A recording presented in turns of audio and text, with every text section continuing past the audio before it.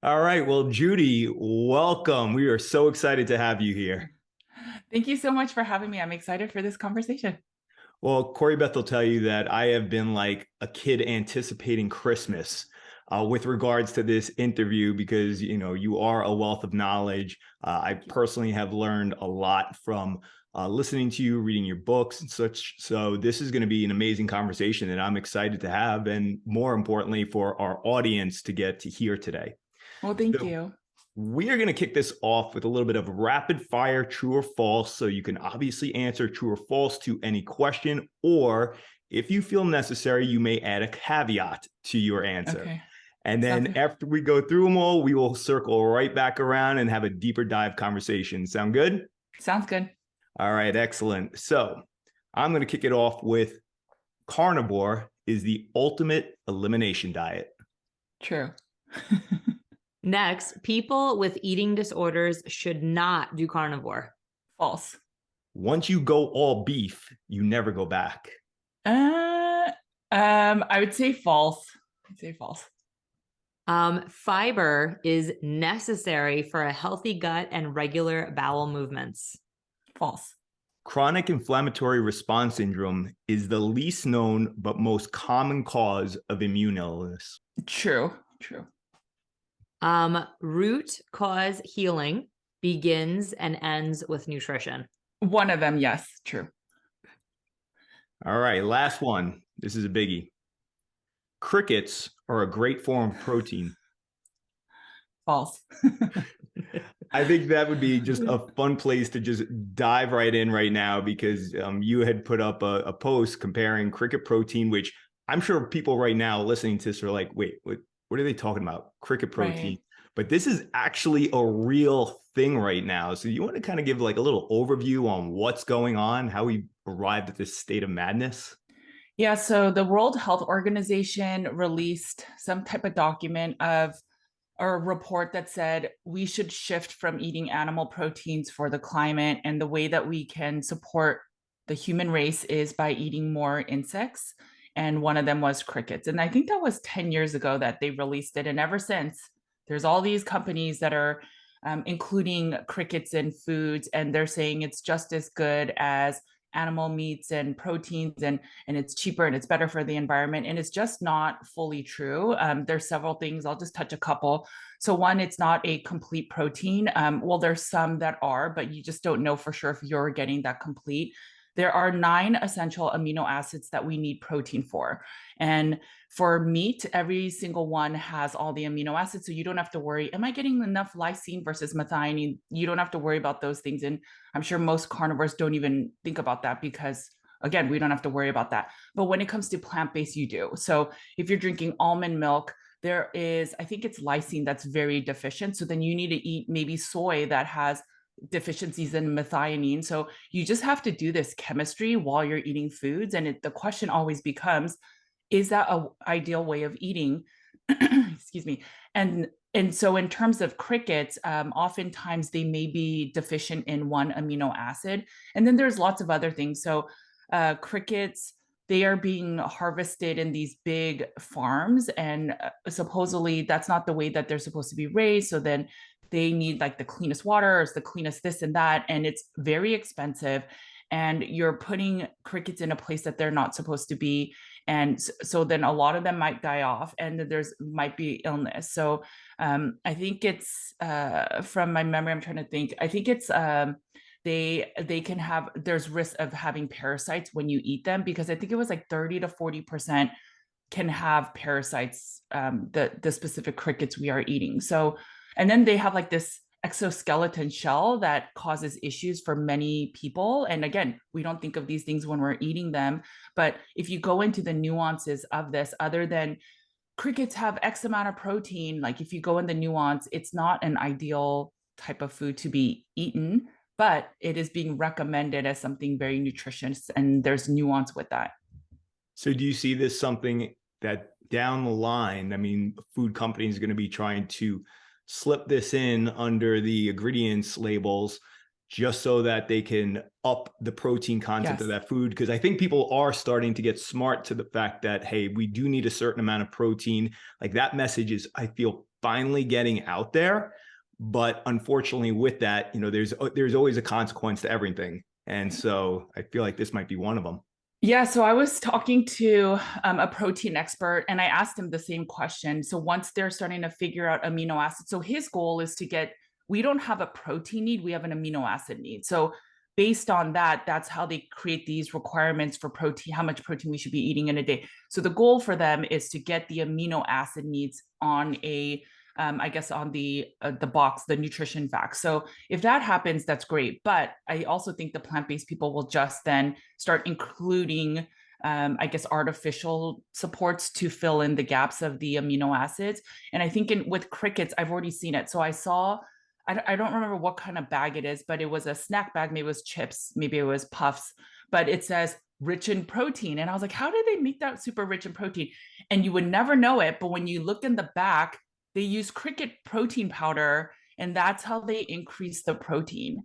And so the average consumer, right, buying these chips for their kids are like, oh, this looks healthy. It looks vegan, vegetarian, or actually it's not vegan, vegetarian with crickets, but then they'll buy it and it looks all fancy. It was at Whole Foods when I saw it. And then they're not knowing that they're feeding their kids crickets, that one can cause it causes gut issues with that exoskeleton sensitivity. And then they may be risking parasites with this protein that supposedly is higher in this snack, but it's actually not ideal for human consumption, or at least often. Well, I feel like the next stage, typically with food companies, is they'll then name it something else. Like they won't call it cricket, but they'll call it the species of cricket. And so we have no idea even that it's there, but that's terrifying. I guess the only question I have is, with it being very expensive to raise crickets, in your opinion, why did we decide to go this route?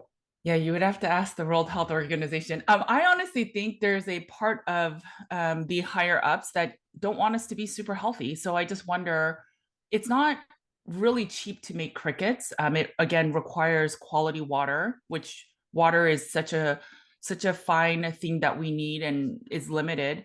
And so my only logic is, we know that this isn't the best nutrition. Why are they moving that towards us? But it's also the same argument as, I just can't help but think, did Bill Gates really not think that plant-based burgers are just as healthy as meat? Is it really that he just didn't look into it? I highly doubt that's a true statement. And so I just think it's the same narrative for the crickets. It's not difficult to look up these nutrition, like this stuff I'm telling you, it didn't take us a lot to find that research. And you just can't help wonder, do they not want us to be our absolute healthiest? Because what I do know, when I was writing the second version of Carnivore Cure, or writing right now, is that most of America, or most of the world, is still anemic. And these poor children and mothers, they really need iron. And the way that they're going to get this is by eating red meat. And so Bill Gates himself has even said, we can't make these third world countries not eat meat. So it's the Americas or the Western countries that have to reduce the meat count so that at least those people can eat it because of the anemia. So we should, you know what I mean? It's just this weird thing of, or we should all just try to focus on eating meat. And so, yeah. Yeah, it's almost like essentially we should degrade our health. Right. And the access to the food that we have readily available right now, that we've been eating for hundreds of years, survived, not just survived, but thrived off of, we should degrade that just so that we don't make another group of people feel bad. Is that sort of right? But if you think about, so the way that America, and I don't know about all the other countries, but they donate foods to other countries, but they're giving like crappy corn and rice and soy. So that could be exacerbating it, right? We know that meat has anti-nutrients, or not meat, sorry, plants have anti-nutrients that inhibit nutrients to be absorbed. So even if they get a tiny bit of meat with their plant-based heavy diet, how do we know we're getting any of the nutrients from that? So it's really focusing on, let's stop this GMO of all these plants and then focus more on meats. And then maybe there will be more land, whether it's regenerative farming, but more animals that can then support the rest of the world. I mean, it's a scary time that we're in, which is why we It think is. that this episode in particular is incredibly important. And we really hope that for people, whether or not you've heard of crickets, you're going to hear about crickets, and really to take out of this what you can. And that's where I think we should go back to question number one about carnivore being the ultimate elimination diet for somebody that's maybe struggling with health, bloating, gut issues, dysbiosis in their gut. Why would we ever pick carnivore? Like, why is that the answer? Yeah, so I was sick with mental illness. I was struggling with depression. I struggled with an eating disorder, and I used to use laxatives for many, many, many, many, many years. So I know that I had gut imbalances. I didn't think about any of those things when I went carnivore. I was purely out of desperation, and I healed so much. So then when I looked into the science, it just kind of makes sense. If you think about, like you said, hundreds and thousands of years ago, our ancestors ate a lot of meat because there wasn't a lot of plants. We didn't have the kale and the kohlrabi and all these other things that are actually just made from one plant. But we had the animals, whatever animals they could find, and they would eat it. And and then nowadays, whenever there is a medical intervention, they always use the strictest level of any elimination diet, whether it's AIP, autoimmune paleo, GAPS diet, SCD, gluten-free, casein-free. There's always meat at the first strictest stage, but then they reduce some variety of plants. So we know at this point that gluten is very not ideal for many, many people, especially people suffering from celiacs. We know that people that have kidney stone issues are recommended a low oxalate diet, which is another anti-nutrient that's in plants. So we know that they're recommended that after a kidney stone removal, and that's just standard care. We know that now because of Dr. Steve Gundry, lectins are not ideal and they actually damage your gut lining. So we are starting to understand that plants aren't benign. And knowing that, instead of figuring out, wait, am I allowed to eat a broccoli or a squash when I'm trying to heal? Why don't we just, instead of figuring out which diet to follow, let's just remove all the plants and not have to worry about which anti-nutrient is affecting my gut, my health, etc. Why don't we just start with meat? Because meat was always on the table thousands of years ago. And if we can do that, then we can figure out, as we tame our immune system and say, don't worry, you don't have to worry about the corn coming in wrecking your gut, or you don't have to worry about the lectin, oxalates, etc. Instead, let's tame the immune system and then start really understanding our own bodily feedback of, when I eat something, am I reacting? And that's when you could figure out what foods or plant foods you actually eventually want to reintroduce. But that's why I think it's the ultimate elimination diet. Most people do not have an allergy or sensitivity to meats. Now, I know some people have sensitivities to eggs and dairy, so you will have to find that ultimate elimination diet for you. Some people can eat all the animal foods, and some people can just eat ruminant meats. And so my carnivore cure starts with just ruminant meats, but ultimately you want to ideally eat a rainbow that will give you more nutrients, but you have to figure out that baseline for you. But that's why it is the ultimate elimination diet. You are reducing all the noise from other plant-based foods, and then you can start figuring out, was it dietary issues that were causing my symptoms, or is it something environmental that I also need to focus on? Well, I definitely want to dive into the environmental in the moment, but one thing that I want to say is what I very much appreciated about a lot of what you have taught is that even though you are saying carnivore is the ultimate elimination diet, you have definitely strayed away from being very dogmatic about these things. And we appreciate that, because from the exercise perspective, I mean, that's sort of the approach that we take, where you have to have your foundation, and it should be a strong foundation, something you could go back to and works. But then to deviate from it a little bit or expand upon it, like, you have that opportunity, but you're never going to know unless you start from the foundation. And I've heard you speak a lot lately about the dogmatic approach that a lot of people take with carnivore, and how in some ways that could actually be counterproductive to what we're driving at. Well, here's what I'll say. I mean, I'm super honest, maybe to a fault, but I work only with the sickest carnivores. So I cannot be dogmatic. If I was dogmatic, I would not be able to take care of the people that come to work with me and my team. And I've learned that I used to think that ruminant meat only, just stay there for a while and you will eventually heal. I heard recently on a panel, if you fast enough, like that will calm and fix all of your gut issues.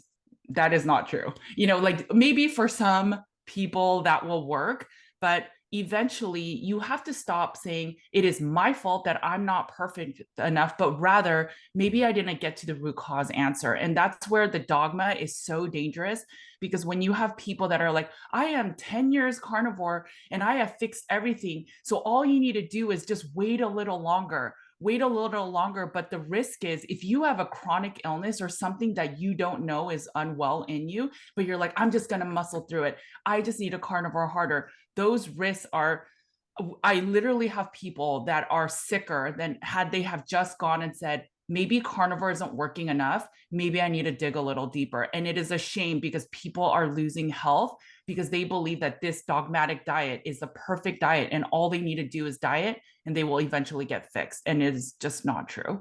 Well, and I love that you bring up digging deeper, because that's what you've done. And now you've been the first person that I've heard of talking about CIRS. And you bring up that it's very prevalent in the carnivore community, which at first I did find very curious. I'm like, well, why carnivore? And maybe it's just because that's the market that you are typically serving, but it's definitely spread much wider than that. So can you explain a little bit more about what CIRS is? I was going to say, please explain what CIRS is, because our listeners have no idea what Mike's talking about right now. Sure. So I'll give you the history of how I fell into it, and then I'll explain it. So there was a subset of my carnivore clients and patients that weren't getting better. So it didn't matter what diet, what protocol. We've done like parasite protocols, gut healing protocols. We did the probiotics. We did certain kinds of meat. We did fasting, timing, macros, like literally everything that you could think of, we did it. And there were a subset, and I am just an inquisitive person, that's not good enough. I am not the type to say, I'm sorry, I can't fix you. You got to go find somebody else. So I kept digging and I ended up finding CIRS, which is chronic inflammatory response syndrome. Essentially, what it is that there is, I mean, just to make it super simple, there's like 23 to 25% of the population that has a different immune response than the rest of the 75%. And so there are certain biotoxins that their body, maybe the first side of the immune response will recognize, but the other side that's able to clear it is not able to do it. So if you think about all of the toxins we ever get exposed to as this big bucket, your whole life, you'll get little bits dipped into that bucket. And once that bucket starts overflowing, that is when you start feeling really, really unwell. Maybe now all of a sudden, oh my gosh, I have a sensitivity to a food that I never had. But it's really not the food specifically. It is showing you that immune response, but it's that underlying, that whole bucket is completely full. And so what I have found is that for many carnivores, you have to have a certain amount of diligence or tenacity to want to eat only all meat, right? Or you have to be desperate enough so that nothing else worked and you're like, I will begrudgingly only eat meat. And for a lot of these people, it's because they're so sick. So from a very young age, they had to figure out gluten doesn't work for me, dairy doesn't work for me, eggs don't work for me, fish causes histamines, and all of these other nuances. And when they get to carnivore, they feel initially better, because if you think about that bucket, the toxin load has lessened because they're not eating all these anti-nutrients or pesticides that are in plants. But eventually, maybe they cheated, or I hate using cheated, but maybe they ate off plan, or maybe they decided to eat something else when they're in a different country. And then they don't feel as well. But then when they go back to strict carnivore, it no longer works like it used to. And so they think, I wasn't perfect enough again, and things like that. But what really happens is their CIRS bucket, if that's the thing that's causing their bucket to be mostly full, it's overtaking that. Now the diet is no longer enough to keep the water within, or the toxins within that bucket. And the biggest way that CIRS, what it really is there's this, so because I was saying that there's like one side of the inflammatory system is, or immune system is recognizing that there's this invader, but the other side does not get the message to remove it.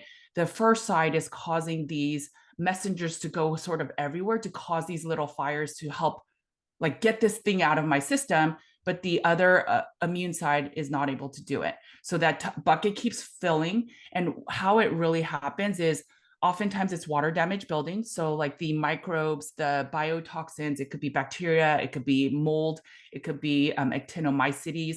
All of those can cause can start breeding from water damage buildings, but it could also be from Lyme. It could be from a recluse spider bite. It could be maybe a fish ate a toxin from an algae and then you eat it. So it's not just mold. I know people like to consider it mold illness. It's one of the biggest prevalent reasons why people get this illness. But I really believe, for example, that a lot of people suffering from long COVID are suffering from CIRS. So it's just that your body has now turned on the immune system response so bad that everything's kind of in disarray and your body does not know how to shut it off. And what's going on is then we find meat or we find an ice bath or we find this, and it's like for temporarily it's dampened, but it is not enough. So I wonder if all these biohacks are even necessary if you correct CIRS. And it's such a crazy thing to think about because I can't help but wonder, I believe that cold baths are good, but why do maybe 80, 90% of the world, they don't need it and they're just fine? So like, why does certain people, why do they need it to say, this is how, if I use this, then I can have a normal day? That's a Band-Aid then at that point, right? Even carnivore, if you feel only good eating only beef, and that's only way that you feel your best, but if you try to introduce even like a little bit of seasoning on your beef and then you feel unwell, that becomes a Band-Aid. And so my goal with all of this is the root cause of what is filling your bucket the most. And for most people, it's this chronic inflammatory response syndrome. It's where your body cannot shut off the inflammation. And over time, the body doesn't know what to do with this excess inflammation and starts shutting it off, shutting down the brain, it's brain atrophy. And then you start feeling the multi-symptom, through multi-systems. And so that's poor sleep, electrolyte imbalances, constantly feeling thirsty, hormone issues. So it impacts DHEA and testosterone the most. Chronic pain, joint pain, mental illness is a huge one. So I have clients that were diagnosed with bipolar. They're not bipolar, they have CIRS. So it's just so many of these things. I think once the medical establishment really accepts this, it will change the wellness industry as a whole. Right now, no one's really looking for this. No. I mean, I think that's the number one problem. And I think you bring up a great point, though, too, is that, if somebody is truly metabolically healthy, their immune system is strong, and they are carnivore, then there's no reason they shouldn't be able to introduce little things here and there and not have an extreme response to it, which is what you hear from a lot of people in the carnivore space, like, oh, I could never do that again, or I can't have that because it causes this cascade of issues. It's like, but if you are truly metabolically healthy and you have a strong immune system because you've been eating this way for so long, then shouldn't you be okay if you just had like a little bit? Right. And what happens. And I totally agree with that. So I could totally hear some people saying some statements. So one thing people will say is, now that I have not been eating carbs on carnivore, if I add carbs, my blood sugar goes up. It's ruined my blood glucose levels. And it's no. If you slowly introduce carbs, eventually your body will know what to do with the carbs. It's just, if you haven't been using that energy source, your body doesn't know what to do with it. So your blood sugar will go high for a little bit, but it's just a temporary bit. It will normalize after. And then going to your point, I completely agree. It's different. So for me, I eat mostly carnivore, but that's a choice. I can go and have a salad. Yeah, sure, I'll feel a little bloat. That's normal. You're eating fiber. But I will not be in bed because now I'm having histamine responses and I have a headache and I feel so unwell. That's where I think that I'm choosing to stay carnivore. And when it's a choice, that is completely fine. And I fully support that. When it's that if I eat anything else, I get so sick, then I think carnivore becomes a Band-Aid. And sure, there's a period where people need to heal and get their immune system modulated and all their other conditions balanced. So that's different. But to say that I can never have like a piece of lettuce again because I'm unwell, or a piece of broccoli, and that will get me keeled over for the next few days, that is not a normal response. That makes a lot of sense. I mean, our 8-year-old played in a lacrosse game and was like, can we go get ice cream? And like, I had this like really hard moral, moment where I don't want him to not see me partake, but also I didn't really want to eat ice cream. Sure. Mike's about 8 months into carnivore. I'm about 3 months, 120 plus days. And so I had a little bit of ice cream and I was so shocked that I was absolutely fine. Yeah. Maybe like a slight little bloat like happened for a moment. And I was like, oh my gosh, I am fine. So I'm so grateful that you bring this up. I think that's incredibly valuable. And one of the things that you mentioned about fiber, can we just go there? Why do we all believe, and me too, like I was drinking Metamucil all through high school, like cups of it. I kept them in business, right? I suffered with IBS. I had cystic hormonal acne. I had a whole bunch of metabolic issues that I was dealing with. And there's this belief that we need fiber for a healthy gut and to have a bowel movement. Why is that just not true? So there's a lot of studies that show intakes of fiber that will then show that these people have better health. Maybe it's certain markers, but there's also this thing called the healthy user bias. So typically when you say red meat is bad, it causes heart disease, then these healthy people will listen and not eat the red meat. But then they eat a bunch of fiber, they eat a bunch of lettuce. And so the studies say, see, look, they eat no meat and they're super healthy. But there's also other things they may do. They may also exercise, they may sleep early, they may rise with the sun. And then the people that then tend to eat the meat are less healthy people because they're like, I'm not listening to the mainstream narrative of not eating meat. So then they may have chances of smoking more, right? Because smoking is also considered not good for you. Same thing with alcohol. Maybe they're up all night. I mean, there's a lot of other things. So there's all these other confounding factors. So they could say it's the fiber, but is it just the fiber alone? And that's where a lot of the studies become really, really weak. I was plant-based for 12 years. I ate a boatload of fiber. My blood work was great. My cholesterol, the doctors would always say, everyone's so jealous of your cholesterol markers. They look really good. I struggled with mental illness beyond what, and I would never tell them. And I would think, oh my gosh, only if you knew that I'm like binging and purging every night and I'm so mentally not okay. But they would always say, great job. You look wonderful. Your blood markers look wonderful. So that in my own N=1, it doesn't matter if you're eating the fiber. What we have found is there was a study or two that they would say the study would have everyone eat the same amount of fiber, and then they would allow them to reduce the amounts. And people at the end had the choice of you can have the however much fiber you wanted. And almost everyone in that study chose less fiber because their gut felt so much better. So I think I always like to take a logical stance on things, regardless of the science. So if you believe that fiber is so good for you, we've all been eating it for a while. Just take it. I'm not even saying remove all the carbs, but just remove any foods that have high fiber and see how your gut feels.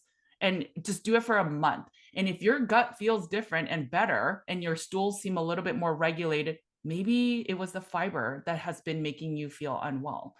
And then in terms of like, why do they push the fiber though? So fiber in your gut, it converts to short chain fatty acids. And it is the short chain fatty acids that your gut uses for nutrition. But there's also nuance with that. So there's different kinds of fibers. But if your gut is unhealthy, what is the guarantee that your gut will do the magical work to convert the fiber into short chain fatty acids? It is an assumption that, again, no one talks about these things, but it is an assumption that it will convert to short chain fatty acids. And then you have the fuel for the gut. You probably need a better good gut function or gut health to even be able to do that. But most of those people then don't even consider eating fiber because they already have a strong gut. So then it becomes this vicious cycle. People that don't have good gut health, they add more fiber. They're not able to break it down into the nutrients that they need for short chain fatty acids. The other option is butter and other dairies. There's a little bit of mammalian cells that also nourish the very end of the large intestine. Short chain fatty acids is actually one of the examples is butyrate, which butyrate is the same word that's in Latin is derived for butter. So butyrate, butyrym, they're all from the same word. Butter is, I think, gram to gram or ounce to ounce has the most butyrate than any other food that you can think of.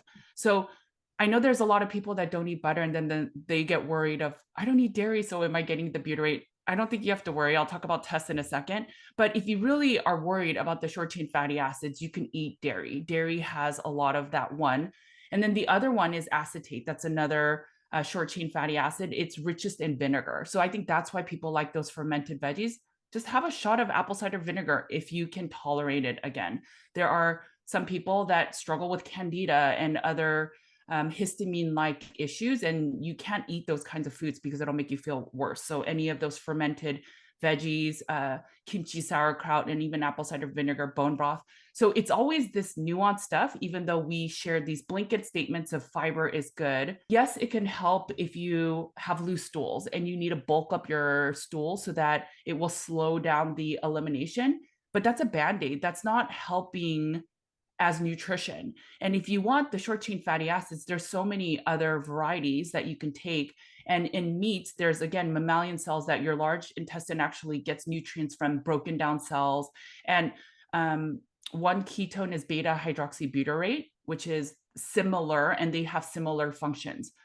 The other thing I'll say is I specialize in gut health, and so I run so many GI maps, and I will tell you that it doesn't matter if you're carnivore or if you eat some plants, the short chain fatty acids are all over the map. So I think there are different nuances that maybe we are still new to with science, that we don't know what exactly is guaranteeing that the short chain fatty acids are significant.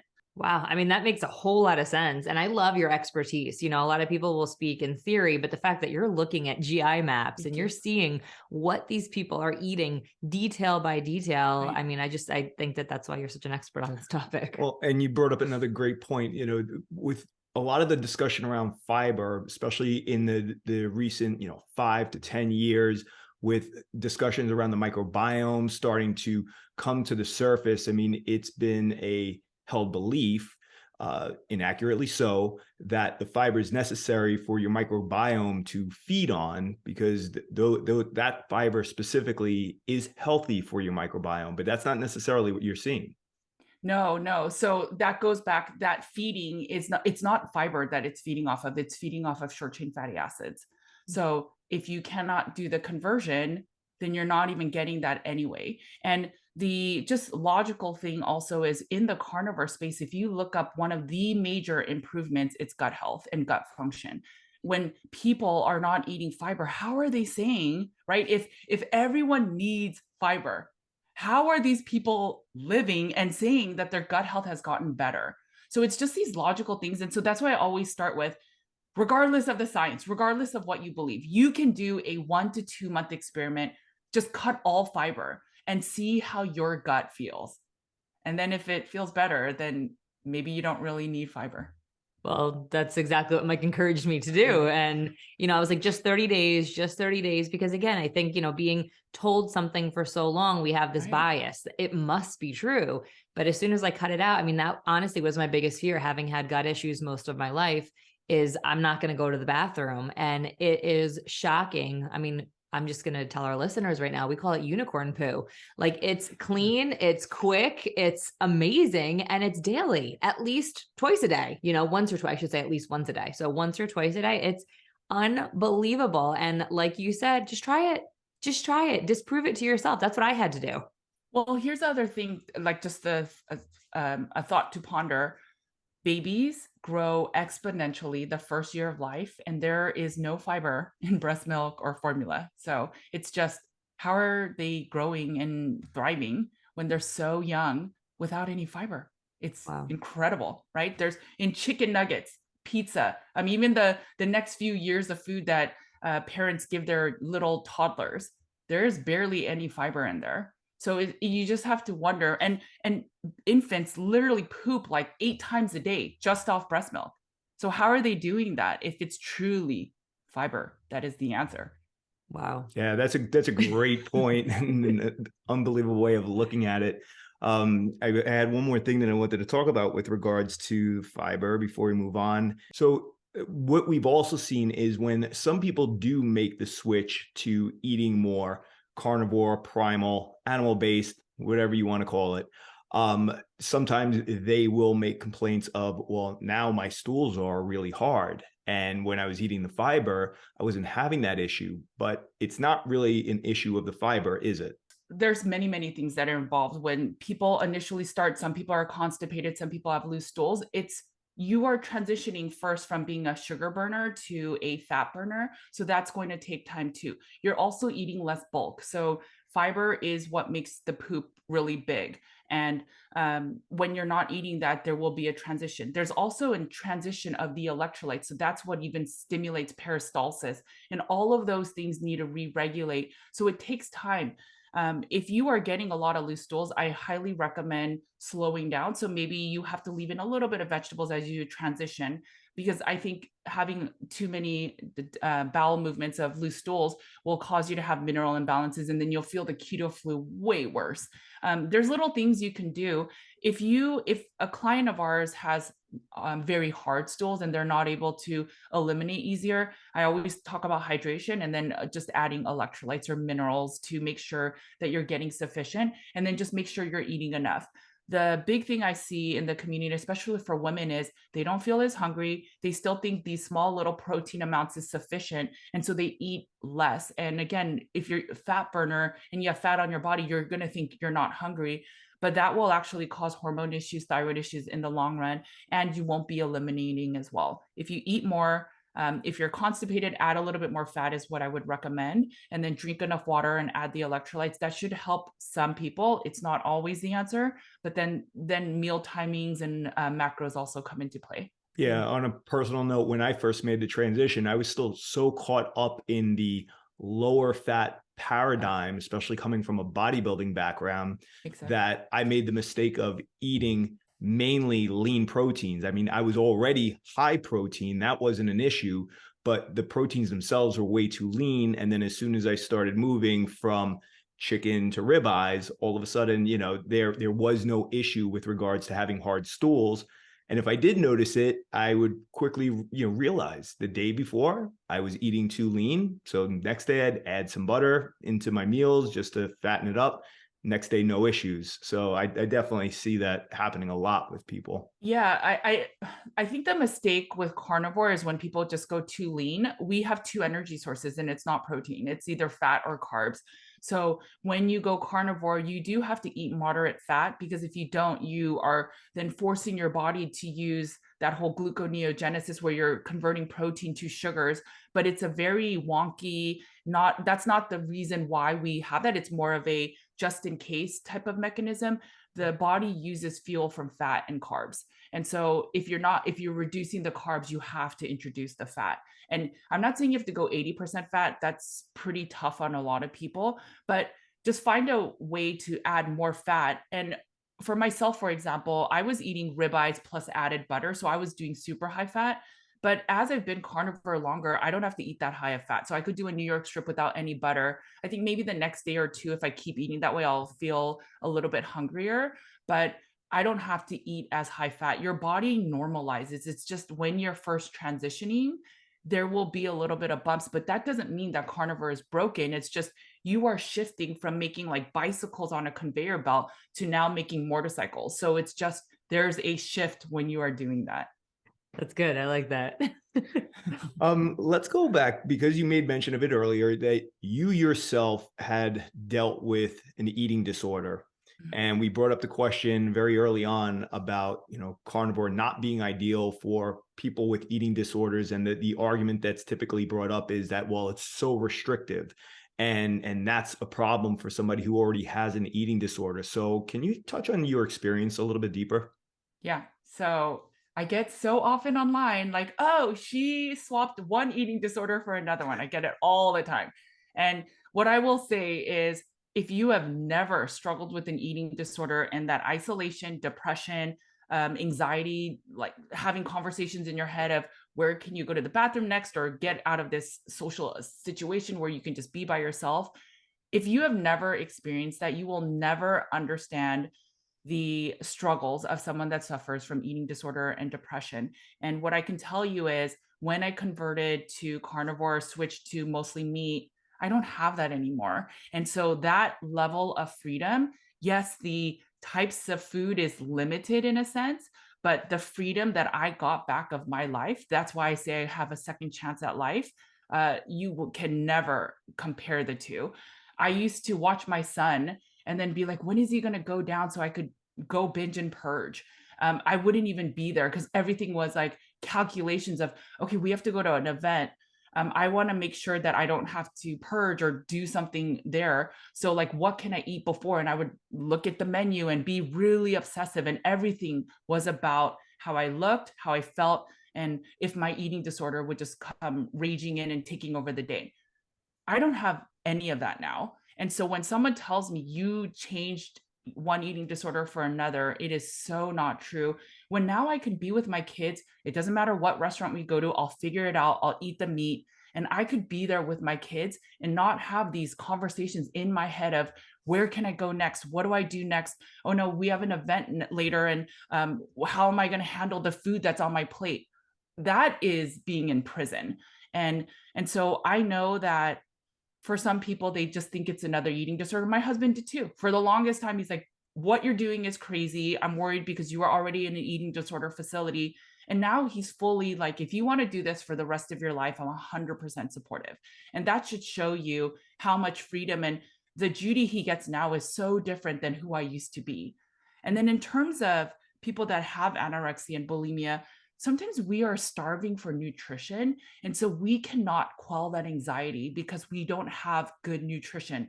We're trying to subsist on very few calories. And then if we overeat, we decide, okay, we have to do things to compensate. But when you eat meat and you eat the most nutrient dense food per bite, the chances of healing are higher. And then you could also heal a lot of the gut function because a lot of your neurotransmitters are also in your gut. So there are dietitians that recommend for an anorexic to eat meat because for every bite, they can get the most nutrition. And so maybe they can start really healing. Wow. Yeah, that's amazing. Beautiful. And that was, one of the first things that I thought about as you were talking through it. I mean, you made mention too that, while you were going through that phase that you were mainly vegetarian or vegan, and the first thing that comes to mind is that you are not getting sufficient amount of nutrients, or at least your body's not absorbing them, because that's always the distinction that I think people miss, is that even though you can test a piece of broccoli, let's say, for how many vitamins and minerals and nutrients are in it, it doesn't mean that your body's necessarily going to absorb those nutrients. Right. Whereas we know that the bioavailability of the nutrients in meat is just far greater. So it makes sense that by you shifting to an all meat diet, that now finally your brain is getting the nourishment that it needs. Yes. Yeah, there's so many vitamins. So we look at a package and we say, wow, broccoli has, or let's say carrots. Carrots have so much vitamin A. This is what I need for my eyesight. But where these packages don't give that nuance is just like we talked about protein. If an amino acid is missing in a protein, the amino acid synthesis will only be to the lowest level of that, of all the different amino acids. So that's why they call it a limiting amino acid. The same thing happens with nutrients. So we think that beta carotene is so rich in vitamin A, but it's not. So your body, again, has to have the ability to convert. And so you eat the carrots, it converts from beta carotene to the retinol form, and you get the vitamin A synthesis. So I think it's pre to pro, but most people, they have some genetic wiring where that never happens. So you think you're getting vitamin A, but you're not. And so there's K1 to K2 is another example, heme iron to non-heme iron. I used to eat a pound of spinach a day, and I should have known, but when I was pregnant with my first child, my OBGYN said, you're anemic or you're slightly anemic. And I remember thinking, that is so weird. I eat so much spinach, which is rich in iron. And that's really where my logic ended. And so I just started taking iron pills during my first pregnancy, not knowing that it's because I needed meat. And so that difference is there's heme iron, which is way more absorbable from animals, versus non-heme iron, which is in foods like spinach. But on packaged labels, they look the same, but it's not even the same when you cannot absorb it. And again, you need good gut function. And most people do not have good gut function because we are overly stressed, we're eating the wrong foods, and we're just surrounded by a lot of toxins that make us sick. And then when our gut functions imbalanced, those conversions, everything we're talking about, short chain fatty acids, vitamin A, all the different, and then the amino acids, you're not getting that absorption. And so when people are plant-based and then they're 60 years old, I'm not surprised that they look a little bit more malnourished. It's because they probably are malnourished.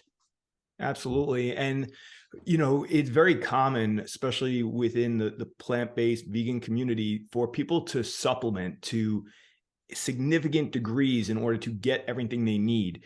So where do you see that in carnivore? Do you see that at all, that people, because they're eating mostly meat, that they're now devoid in certain things and need to supplement in order to make up for it? So a lot of the carnivores that come to me are struggling with gut function, even with carnivore a while. So they do need to often go through gut protocols, but I do think a lot of these are temporary. So I would say the only supplements, maybe if people need, would be vitamin C, and it's a very small amount. And it's only because they're either living a really stressful life and adrenals like to absorb salt and they like to absorb vitamin C. And then there's like another vitamin B. So we don't have an abundance of vitamin C in a carnivore diet, but I don't think you need it. But there are some people that feel a little better with like maybe 500 milligrams. So I wouldn't go beyond that, because vitamin C can produce oxalates in your body. And so it can do damaging things. It can create pro-oxidants, meaning that you're getting too many antioxidants. Too many antioxidants can actually do this opposite of what you're intending it. So then they become pro-inflammatory instead of reducing inflammation. So you don't want to do a lot of that. And it really depends. Most people do not supplement vitamin C. And then I think the other thing is iodine. So whether you're plant-based or not, most people are deficient in iodine. You need T4 to produce T4 for your thyroid. You need tyrosine, which is an amino acid from meats, and then it's iodine. So there are many people that don't supplement iodine, but since I work with some of the most unwell, I've seen people really benefit, especially for thyroid function, by adding a little bit of iodine, or Lugol's 2% iodine.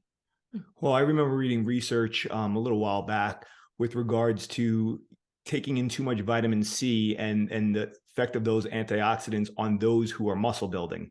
So Okay. for us being in the strength training space, that was one of the things that stood out to me, is that overconsumption of vitamin C or any types of antioxidants could actually Makes sense. have, or I should say, could impede muscle hypertrophy. Mhm. But you also said, though, about vitamin C not being as necessary when eating carnivore or primal. And so why don't you give everybody an idea of why that might be?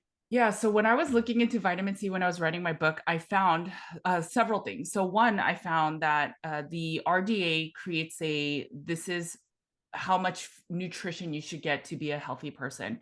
And in 30 years, they doubled the vitamin C need. So I think between 15 years, it went up by 15 milligrams, and then it's now at 70 when it started at 35. So I thought, that is so bizarre. Like, what happened in just 30 years that they doubled the amount of vitamin C? And so there are two different types of vitamin C receptors, and one of them competes with glucose. So this is an assumption of mine, but I think that when we are eating more sugar, and we are definitely eating more sugar than we ever have in human history, that we are competing with vitamin C to be absorbed when we're eating sugar. So instead of, hey, let's reduce sugar, why don't we just add more vitamin C so we get the little bits amounts that we need, so that GLUT receptor competes with glucose. So I think when you are eating carnivore and having no glucose in your diet, or almost no glucose, there's nothing to compete with the little amount of vitamin C that you need. The other thing I would say is, again, if we go back to breast milk, there's like almost no vitamin C, and kids are thriving. And then I think the biggest reason we started getting scared of less vitamin C is the story of the sailors and scurvy. There was a bunch of sailors that went on a trip and they got scurvy, and the answer was that they didn't have enough vitamin C. Well, the nuanced part of the story is that there were many, many sailors and only half of them got scurvy, yet they were eating all the same thing. So there is probably a genetic component that got half of the people sick compared to the other half. And so again, we think it's the vitamin C. We hear vitamin C, but if you think about the standard American dieter, how many of them are going out of their way to get vitamin C? When you eat fast food and then you eat just like chicken and broccoli in the evenings, where is your vitamin C anyway? So it's just, but on carnivore, vitamin C now is the issue. It's wild. It is. I mean, and how much of a role do you think, though, seed oils also play into this? Because we know that, when those oils are broken down and oxidized, I mean, that it's creating a very stressful and toxic environment inside our bodies. And so would that be another reason why you feel the increase in vitamin C has had to take place, because our bodies are trying to fight off that oxidation? Yeah, I never thought about that. It's completely possible. I mean, any inflammation in the body, vitamin C can help a little bit. And again, when you're carnivore, your inflammation goes completely down. I'm trying to write a study on that. We have certain markers that show inflammation from a CIRS perspective, but they're all immune function inflammatory markers. And it's not the CRP, it's on the other side of the immune system. And so we're trying to prove that with carnivore. So I think is a reason we don't need vitamin C as much on a carnivore diet. But it could be the seed oils, but there's a lot of other things that cause inflammation in the body. So I do want to touch upon seed oils real quick. So seed oils are absolutely not ideal. They heat it. Like the biggest reason is just from the production of it. You're getting like rapeseed is the flower that creates canola oil. Rapeseed is super toxic to human function, but they do all this finagling in the labs to then bleach it so you don't smell that it's burnt. They deodorize it so that you don't smell it. They change the color of it so it looks super clean. But in reality, anytime you cook these oils to a certain level, they start oxidizing. So they start becoming rancid, and they have unstable molecules that when you consume it, they cause more inflammation in the body. They do that like 8 times while they're cooking these oils. So that is the biggest reason that it's not ideal. Now, I know that people are scared on the PUFA side of it, that there's too many polyunsaturated fatty acids. I'm not as in the same camp as that. Yes, too many PUFAs is not ideal. You do want omega-3s, but or the balance of omega-3s and 6s. But I think it's more of the rancidity, the inflammation that it's causing, because these oils are basically rotten and you're consuming it. I mean, we use cotton for clothing, but we're using the oil of that same cotton to eat, like the cottonseed oil, or same with the peanut oil. And they used to just use it in manufacturing. But I can give you the example that we wrote in the book. I think it was Crisco. So they used to be into candle making, and then they had all this extra oil that they couldn't use and after the war. And so they decided, why don't we make oil? And that's how they started selling oil for us to consume. And then they funded or supported the Heart Foundation, or I forgot what American Heart Association. Yes, yes. Because just in case they have any association with heart disease, let me fund you so that you won't put any negative spins on seed oils. Yeah, I remember Nina Teicholz's book, Big Fat Surprise. Right. She talked about the whole history of how this came to be. And it's funny because I've thought about that too with regards to the PUFAs. And, doesn't it really, at the end of the day, come down to the ratios, right? And part of the problem is today, the amount of omega-3s that we're getting from our food, because we're eating these very deficient diets. We follow a SAD diet here in America. And what winds up happening is we're already starting, below the threshold, if you will. And now we're just stacking on top of it these omega-6s. And it wouldn't be so much of a problem if our omega-3s were able to come up to match or be in the proper ratio. Yes and no. So I do think omega-3s are super important.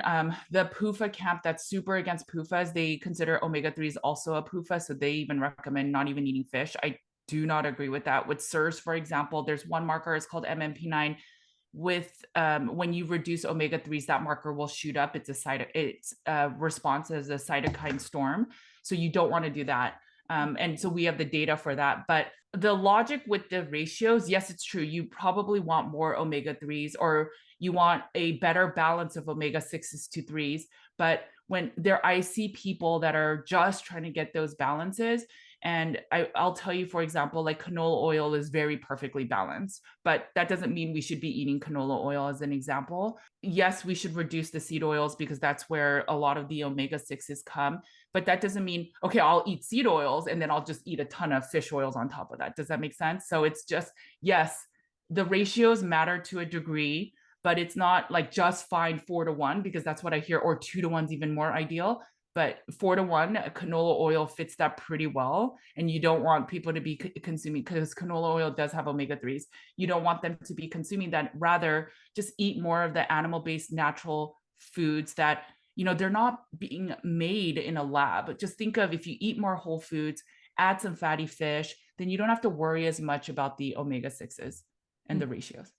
I mean, and it's almost unavoidable today that you're going to come across a lot of these vegetable oils. I mean, listen, talking about not being dogmatic, sometimes when our kids want to order some pizza, we'll order wings, and we know what those wings are being fried in. I mean, we're under no delusion, but at the same time, it's like that is maybe 2% of what we consume on a monthly basis. So it's like, should we even be concerned, right? Yeah. So I'd love to just touch on that for a second. I know in the wellness space, so I came to the wellness space because I was unwell. That is the only reason I came. And then when I found out that meat is actually really good for you, and I struggled for a decade and a half of illness and having some of my memories taken away with my child, I got mad, and I said, I am going to share all of what I learned to everyone so that no one has to go through what I did. But given that there are people that have been in the wellness space from the very beginnings of their careers, and there's a little bit of that dogma there. So it's like, it is the PUFAs, or it is the seed oils, or it is the oxalates, but really we have to just live our lives, right? I see people that are so scared. I'll give you an example of a client. They truly believe that grass finished was the only meat they should be eating, that seed oils are completely bad, plastics are super toxic. So they went on vacation, but never left where they lived, because they've said, I cannot get anything outside of grass finished. I don't want to touch plastics. I don't want to get exposed to EMFs. And then like the waters at the restaurants and stuff. So they literally stayed in the cabin that they rented, and they didn't do anything much more than that. And I told them, it is okay if you eat some grain finished once in a while. And they were literally shocked of like, are you serious? We could do that? Because it would make our trips so much more enjoyable.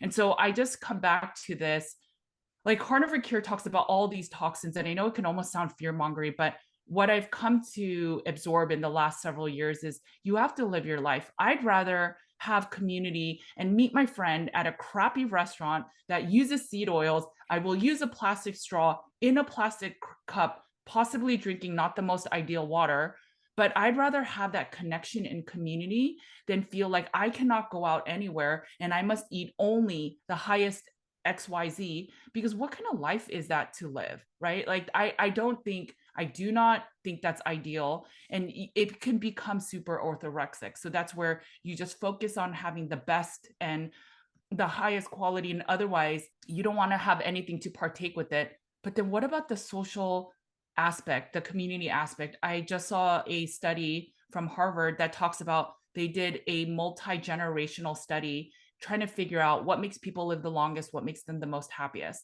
And it didn't matter how rich or how poor you were. And the answer was connection. So if they asked the literal question of who can you reach out to in the middle of the night? If you're sick, who can you reach out to? And some married people couldn't even reach out to each other.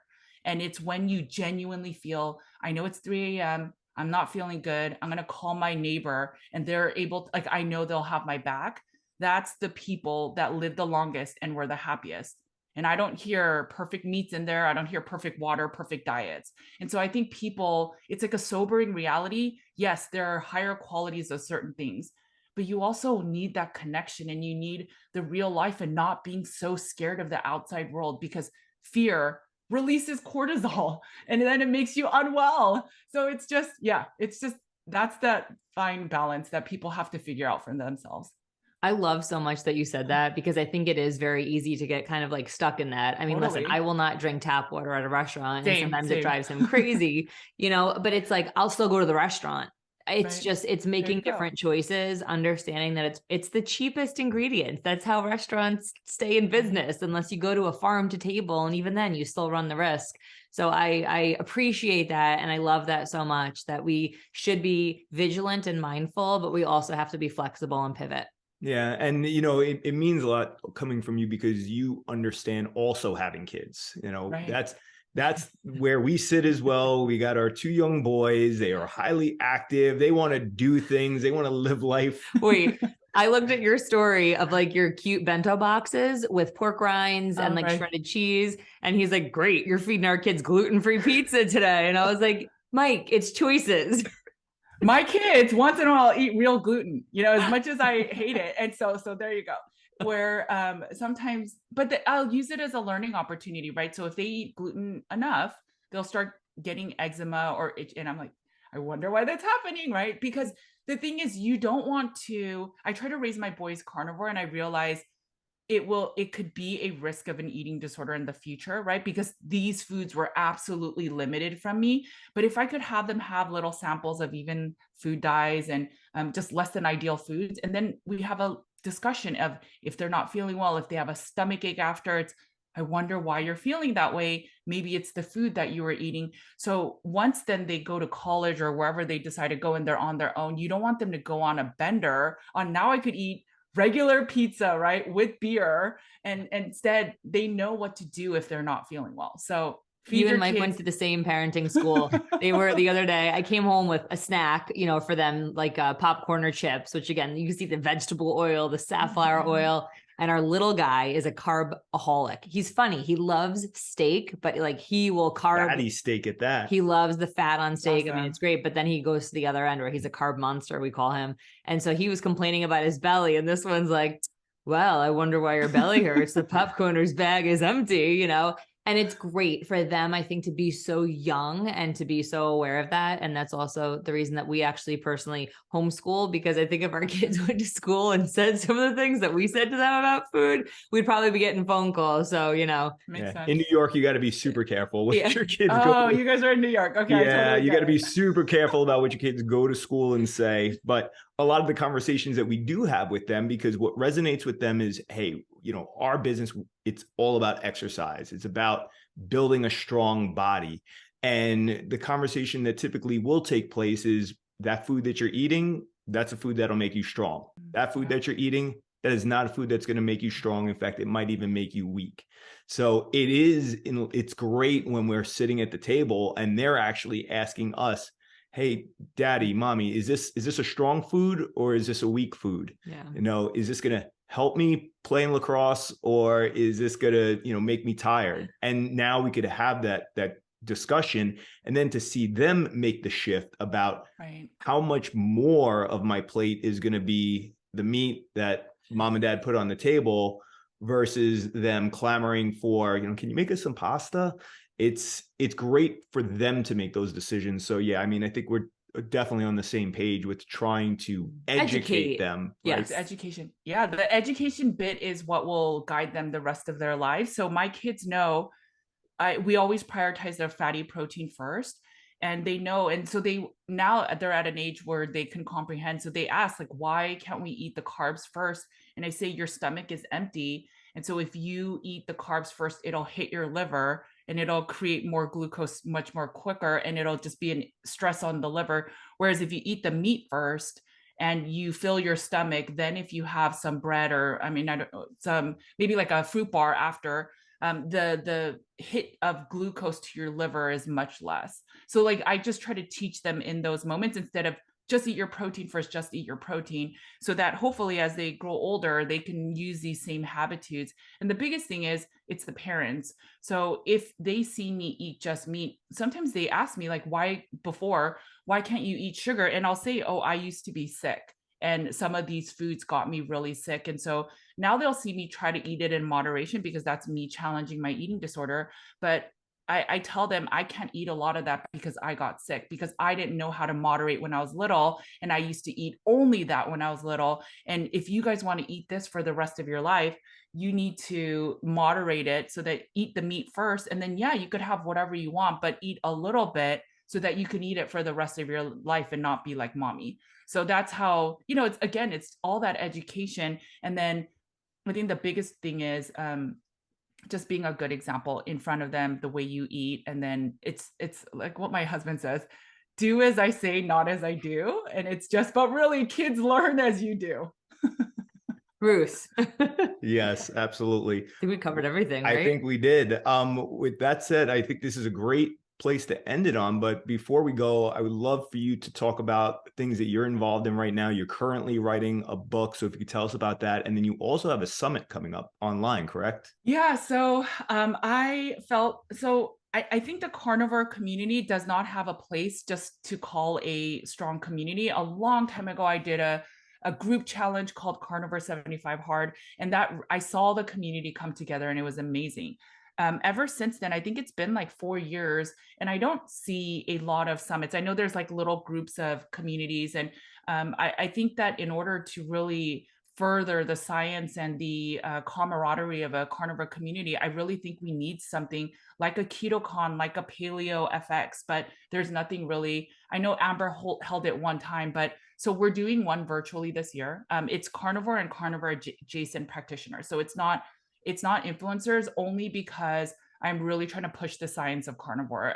So it's all doctors, researchers, scientists. I think there's like one person that's like an older person just to share a story, but otherwise it's just the medical establishment, because I want the real recognition of carnivore as the true ultimate elimination diet and as a tool. In the CIRS community, a lot of the doctors that were not able to balance, I mean, there's plant-based people trying to take a cholesterol reducing binder, and it's how do you do that when you don't have any excess cholesterol? So I'm starting to get doctors that are giving, having their clients try carnivore. And like, that's how we get this message out further, right? So these people are super sick that they're willing to try any diet. And now they're open to carnivore. So that's the power of these types of summits. It's just getting more people to learn about carnivore and know that it's a therapeutic tool for whatever illness you may have. And it may not be the final answer, but it can absolutely help you.